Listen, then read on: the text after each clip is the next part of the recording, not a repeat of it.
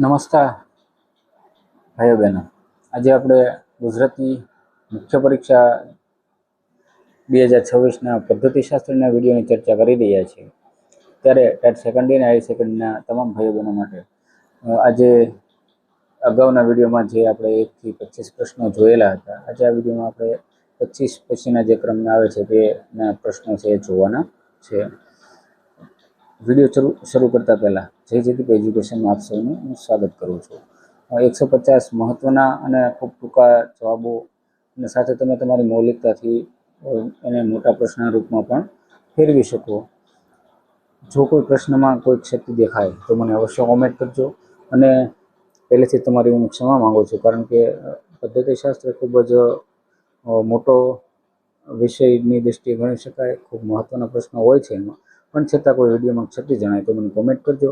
અને પહેલેથી તમારી ક્ષમા પ્રાર્થી અને આપણે આગળ છે વધીએ છીએ. આપણો મુખ્ય હેતુ પરીક્ષામાં દરેક ભાઈઓ બહેનોને મદદ કરવાનો હોય છે, તો એ આશય સાથે આપણે આ વિડીયો છે બનાવી રહ્યા છીએ. અને બીજું ખાસ, પરીક્ષા નજીક છે અને જો તમારે એની PDF જોતી હોય તો પણ મારો કોન્ટેક્ટ છે એ કરજો.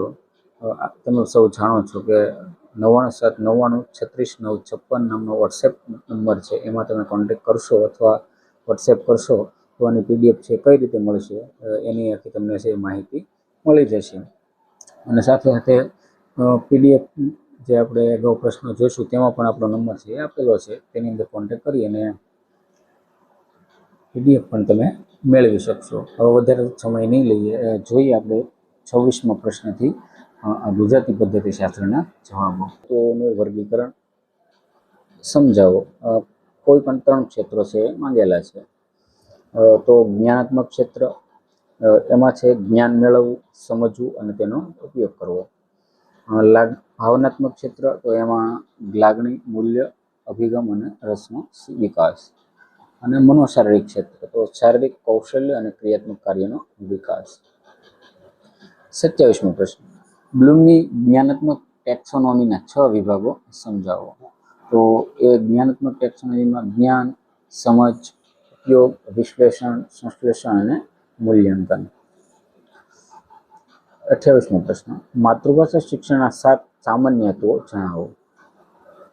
તો પહેલું જે હેતુ છે, ભાષાના મૂળ તત્વોનું જ્ઞાન પ્રાપ્ત કરવું, શ્રવણ દ્વારા અર્થગ્રહણ કરવું, કથન દ્વારા અભિવ્યક્તિ કરવી, વાંચન દ્વારા અર્થગ્રહણ કરવું, લેખન દ્વારા અભિવ્યક્તિ કરવી, વ્યાકરણના જ્ઞાનનો ઉપયોગ કરવો અને સાહિત્યનો આસ્વાદ અને રસાસ્વાદ માણવો. 29મો પ્રશ્ન, વિશિષ્ટ હેતુ એટલે શું, તેની લાક્ષણિકતાઓ જણાવો. અર્થ છે, સામાન્ય હેતુને સિદ્ધ કરવા માટે વિષયના ચોક્કસ એકમ માટે નક્કી કરવામાં આવતો હેતુ એટલે કે વિશિષ્ટ હેતુ. લાક્ષણિકતાઓ જોઈએ તો એક જ તાસમાં પૂર્ણ થઈ શકે તેવી, વિષય વસ્તુ આધારિત, વિદ્યાર્થીની કક્ષા અને વયને અનુરૂપ, અને સ્પષ્ટ અને સરળ ભાષામાં લખાયેલો અને મૂલ્યાંકન કરી શકાય તેવો. 30મો પ્રશ્ન, વિશિષ્ટ હેતુઓની રચના કરતી વખતે ધ્યાનમાં રાખવાની બાબતો સમજાવો. પહેલું છે એમાં મિત્રો આપણે માત્ર મુદ્દા આપીને તમારો પ્રશ્નનો જવાબ છે આપેલો છે. તમે એમાં તમારી રીતે મૌલિકતા વાપરીને પ્રશ્ન લાંબો ટૂંકો છે એ કરી શકો. હેતુ સ્પષ્ટ અને સરળ હોવો જોઈએ. વિદ્યાર્થીના વર્તનમાં અપેક્ષિત ફેરફાર દર્શાવતો હોવો જોઈએ. વિષય વસ્તુ સાથે સંબંધિત હોવો જોઈએ. મૂલ્યાંકન કરી શકાય તેવો હોવો જોઈએ. સમય મર્યાદામાં પૂર્ણ થઈ શકે તેવો પણ હોવો જોઈએ. વિદ્યાર્થીની ક્ષમતા અને કક્ષાને અનુરૂપ હોવો જોઈએ. ત્યારબાદ 31મો પ્રશ્ન છે, શિક્ષણના માધ્યમ તરીકે માતૃભાષાના મહત્વ વિશે રવિન્દ્રનાથ ટાગોરના વિચારો જણાવો. ક્રમ 19મો આપી ગયો છે, પણ 31મો છે ગણજો. ટાગોરના મત મુજબ ઉચ્ચ શિક્ષણનું માધ્યમ પણ માતૃભાષામાં હોવું જોઈએ. અન્ય વિષયોનું અધ્યયન માતૃભાષામાં સરળ બને છે. બાળક ઝડપથી અર્થગ્રહણ કરે છે અને શિક્ષણ વધુ અસરકારક બને છે. ત્યારબાદ ક્રમમાં છે આપણે સુધારી લઈએ. 32મો પ્રશ્ન, માતૃભાષા વ્યક્તિને સામાજિક બનાવવામાં કેવી રીતે સહાયક છે. જવાબ જોઈએ. નવા સંબંધો બાંધવામાં મદદ કરે છે, સમાજના રિવાજો અને પરંપરાઓને સહાય કરે છે, સમાજનું સ્વીકાર અને સ્થાન અપાવે છે અને વ્યક્તિનું સામાજિકરણ સરળ બનાવે છે. 33મો પ્રશ્ન, માતૃભાષા શિક્ષણમાં અર્થગ્રહણ, શ્રવણ અને વાંચનના વિશિષ્ટ હેતુઓ ઉદાહરણ સહિત સમજાવો. પેલું છે શ્રવણ દ્વારા અર્થગ્રહણ, એટલે કે વિદ્યાર્થી ધ્યાનપૂર્વક સાંભળે, સાંભળેલ બાબતનો અર્થ સમજે, મુખ્ય મુદ્દાઓ ઓળખી શકે, યોગ્ય પ્રતિભાવ આપી શકે અને શ્રવણ દ્વારા પ્રેરણા મેળવી શકે. વાંચન દ્વારા અર્થગ્રહણ, તો શુદ્ધ ઉચ્ચાર સાથે વાંચન કરે, યોગ્ય આરોહ સાથે વાંચે, વાંચેલી સામગ્રીનો સાર સમજી શકે, ફકરાને યોગ્ય શીર્ષક આપી શકે અને વાંચન દ્વારા ભાષા જ્ઞાન સમૃદ્ધ કરે. ત્યાર પછી 34મો પ્રશ્ન, અભિવ્યક્તિ, કથન અને લેખન કૌશલ્યના વિશિષ્ટ હેતુઓ સ્પષ્ટ કરો. કથન દ્વારા અભિવ્યક્તિમાં વિદ્યાર્થી સ્પષ્ટ અને શુદ્ધ બોલે, યોગ્ય ગતિ અને આત્મવિશ્વાસ સાથે બોલે, પોતાના વિચારો મુક્તપણે રજૂ કરે અને પ્રસંગાનુસાર ભાષાનો ઉપયોગ કરે. લેખન દ્વારા અભિવ્યક્તિમાં જોઈએ તો સુંદર અને સુવાચ્ય અક્ષરે લખે, માન્ય જોડણીનો ઉપયોગ કરે, વિરામ ચિહ્નનો ઉપયોગ કરે અને ક્રમબદ્ધ અને સ્પષ્ટ લેખન કરે, પત્ર, નિબંધ, અહેવાલ વગેરે તૈયાર કરી શકે. 35મો પ્રશ્ન, સાહિત્યિક આસ્વાદ અને રસાસ્વાદ હેતુ અંતર્ગત વિદ્યાર્થીમાં કેવા પરિવર્તનની અપેક્ષા રાખવામાં આવે છે? તો સાહિત્યના વિવિધ પ્રકારોનો પરિચય મેળવે, કવિતા, વાર્તા અને નાટકનો આનંદ માણે, મનગમતી કૃતિઓનો સંગ્રહ કરે, કવિ સંમેલન અને સાહિત્યિક કાર્યક્રમમાં રસ લે, સાહિત્યકારોનું જીવન અને કૃતિઓનો અભ્યાસ કરે, સાહિત્યનું વિવેચન કરવાની ક્ષમતા વિકસાવે. 36મો છે પાઠ આયોજન એટલે શું? તેનું મહત્વ સમજાવો. અર્થ જોઈએ, શિક્ષણ કાર્ય શરૂ કરતા પહેલા કરવામાં આવતી પૂર્વ તૈયારી પાઠ આયોજન કહેવાય છે. મહત્વ, તો શિક્ષણ વ્યવસ્થિત અને ક્રમબદ્ધ બને, શિક્ષક આત્મવિશ્વાસપૂર્વક શિક્ષણ આપી શકે, સમય અને શક્તિનો બચાવ થાય, શિક્ષણ વધુ અસરકારક બને અને શિક્ષણમાં ગૂંચવણ ઓછી થાય. 37મો પ્રશ્ન છે, શૈક્ષણિક આયોજનનો અર્થ અને તેની અનિવાર્યતા સમજાવો. અર્થ જોઈએ, ભાવિ શિક્ષણ કાર્ય માટે હેતુ, પદ્ધતિ, સાધનો અને સામગ્રીનું પૂર્વ આયોજન કરવું. અનિવાર્યતા, તો શિક્ષકને સફળ બનાવે છે, શિક્ષણમાં સ્પષ્ટ દિશા મળે છે, યોગ્ય આયોજનથી સમયનો સદુપયોગ થાય છે અને શિક્ષણ વધુ જીવંત બને છે. આયોજન વિના શિક્ષણ અધૂરું રહે છે. 38મો છે કે શૈક્ષણિક આયોજનનું મહત્વ મુદ્દાસર જણાવો. નક્કી કરેલા ધ્યેયો પ્રાપ્ત થાય છે, સમય, શક્તિ અને નાણાંનો ઉપયોગ થાય છે, વર્ગખંડનું સંચાલન સરળ બને છે અને શિક્ષકનો આત્મવિશ્વાસ વધે અને યોગ્ય મૂલ્યાંકન કરવામાં મદદરૂપ થાય છે. 39મો પ્રશ્ન છે, પાઠ આયોજન વિશે વિવિધ વિદ્વાનોએ આપેલી વ્યાખ્યાઓ જણાવો. બોસિંગ નામના વિદ્વાને કીધેલું કે શૈક્ષણિક હેતુઓની પ્રાપ્તિ માટે શિક્ષક દ્વારા કરવામાં આવતી ક્રિયાઓનું આયોજન એટલે કે પાઠ આયોજન. ભટિયા અને અરોરા એવું કહે છે કે વર્ગ વિહારને અમલમાં મૂકવા માટે કાર્યક્રમોનું પૂર્વદર્શન એટલે પાઠ આયોજન. અને લેસ્ટર સ્ટેન્ડ એવું કહે છે કે વિદ્યાર્થીઓને યોગ્ય અનુભવ આપવાની શિક્ષકની પૂર્વ યોજના એટલે પાઠ આયોજન. બિનિંગ એવું કહે છે કે હેતુ, વિષયવસ્તુ, પદ્ધતિ અને રજૂઆતનું આયોજન એટલે પાઠ આયોજન. 40મો પ્રશ્ન છે, પાઠ આયોજનના મુખ્ય 3 અંગો ક્યાં ક્યાં છે? તો તેની પરસ્પર સંલગ્નતા સમજાવો. તો એક તો સમય મર્યાદા, પાઠ કેટલા સમયમાં પૂર્ણ કરવો તે નક્કી કરવું, વિષયવસ્તુ, શું શીખવાનું છે તે નક્કી કરવું અને શૈક્ષણિક પદ્ધતિ, કેવી રીતે શીખવવું છે તે પણ નક્કી કરવું. પરસ્પર સંલગ્નતા એટલે કે આ ત્રણેય બાબતો એકબીજા સાથે સંકળાયેલી છે. વિષયવસ્તુ અને સમયને ધ્યાનમાં રાખીને યોગ્ય શિક્ષણ પદ્ધતિ પસંદ કરવામાં આવે. 41મો પ્રશ્નની ચર્ચા કરી લઈએ.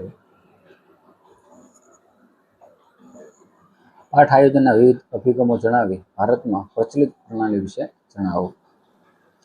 તો વિવિધ અભિગમોમાં ડ્યુ અને કિલપેટ્રિક અભિગમ, મોરિસન અભિગમ, અમેરિકન અભિગમ, બ્રિટિશ અભિગમ, હર્બર્ટની પંચપદી પ્રણાલી અને છઠ્ઠું છે ભારતીય હેતુ કેન્દ્રિત અભિગમ.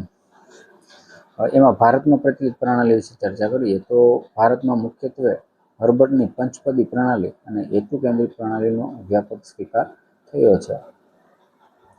42મો પ્રશ્ન, પાઠ આયોજનના પ્રથમ સોપાન હેતુઓ અંતર્ગત વિશિષ્ટ હેતુઓ નક્કી કરતી વખતે કઈ બાબતો ધ્યાનમાં રાખવી જોઈએ?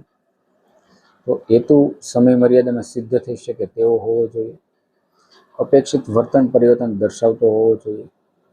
વિષય વસ્તુ સાથે સીધો સંબંધ ધરાવતો હોવો જોઈએ. એક જ વાક્યમાં એક જ હેતુ દર્શાવવો. વિદ્યાર્થીની કક્ષા, વય અને રસને અનુરૂપ હોવી જોઈએ. અવલોકનક્ષમ અને વાસ્તવિક હોવી જોઈએ. 43મો પ્રશ્ન, વિષયાભિમુખ એટલે શું? તેની વિવિધ પ્રયુક્તિઓ ઉદાહરણ સહિત સમજાવો. એનો અર્થ છે, વિષયાભિમુખ એટલે પાઠમાં પ્રવેશ કરવાનું પ્રથમ સોપાન. આ સોપાનમાં વિદ્યાર્થીઓના પૂર્વ જ્ઞાનની ચકાસણી કરીને તેને નવા જ્ઞાન માટે ઉત્સુક બનાવવામાં આવે છે. વિવિધ પ્રવૃત્તિઓ જોઈએ વિષયાભિમુખની. તો વાર્તા કથન એટલે કે વિષયને અનુરૂપ રસપ્રદ વાર્તા કહીને. પ્રશ્નોત્તરી પૂર્વ જ્ઞાન ચકાસવા માટે પ્રશ્ન પૂછીને. ચિત્રદર્શન વિષયને લગતા ચિત્રો બતાવીને. કાવ્ય પંક્તિ સમાન ભાવ ધરાવતી કવિતાની પંક્તિ દ્વારા.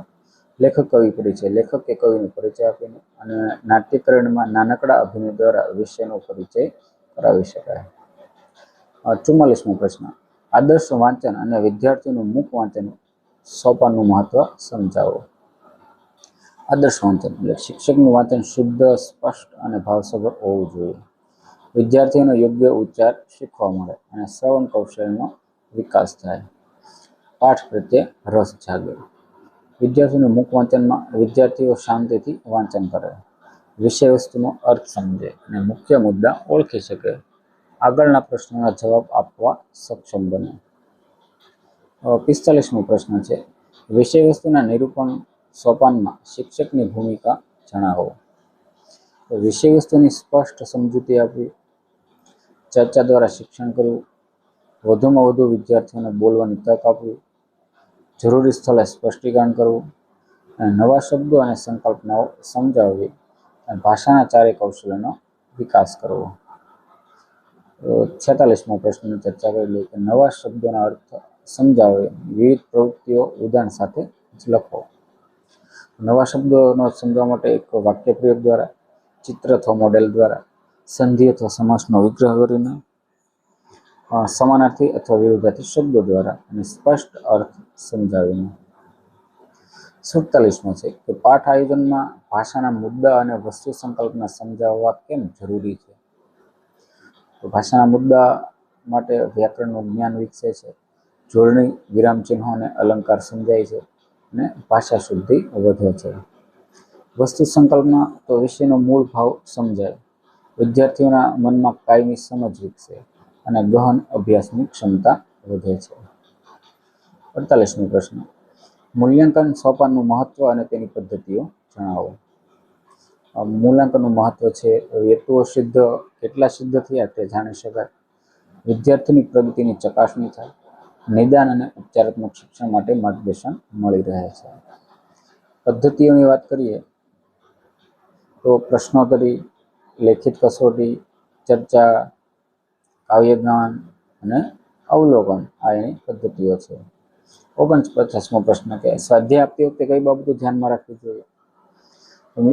સ્વાધ્યાય આપતી વખતે સ્વાધ્યાય જ્ઞાનને દ્રઢ બનાવે એવો હોવો જોઈએ, વિદ્યાર્થીની કક્ષા અને રસને અનુરૂપ હોવો જોઈએ, તેમાં વૈવિધ્ય હોવું જોઈએ, સમય મર્યાદા સ્પષ્ટ હોવી જોઈએ અને સ્વાધ્યાય ઉપયોગી અને સર્જનાત્મક હોવો જોઈએ. 50મો પ્રશ્ન છે, કાળા પાટિયાનું કાર્ય શિક્ષકનો અરીસો છે. આ વિધાન તમારે સમજાવવાનું છે. તો કાળા પાટીનું કાર્ય સુવાચ્ય અને વ્યવસ્થિત હોવું જોઈએ, જોડણી અને વિરામચિહ્નો શુદ્ધ હોવા જોઈએ, મુખ્ય મુદ્દાઓ સ્પષ્ટ રીતે લખવા જોઈએ, વ્યાકરણના મુદ્દાઓ અલગ દર્શાવવા જોઈએ અને યોગ્ય સમયે નોંધ થવી જોઈએ. તો આ વિદ્યાર્થી મિત્રો, આજે પણ આ વિડીયોમાં આપણે 50 પ્રશ્નો સુધી રાખીએ. અગાઉ પણ આપણે 1 થી 25 પ્રશ્નો જોઈ ચૂક્યા હતા, આમાં પણ આપણે 26 થી 50 સુધી. હવે આપણે 51 થી લઈ અને જે કાંઈ પ્રશ્નો છે 150 પ્લસ પ્રશ્નો છે, આમાં તમારી પરીક્ષામાં તમને ખૂબ મદદરૂપ થશે એવી આશા સાથે હવે મળીએ આપણે નવા જ વિડીયોમાં.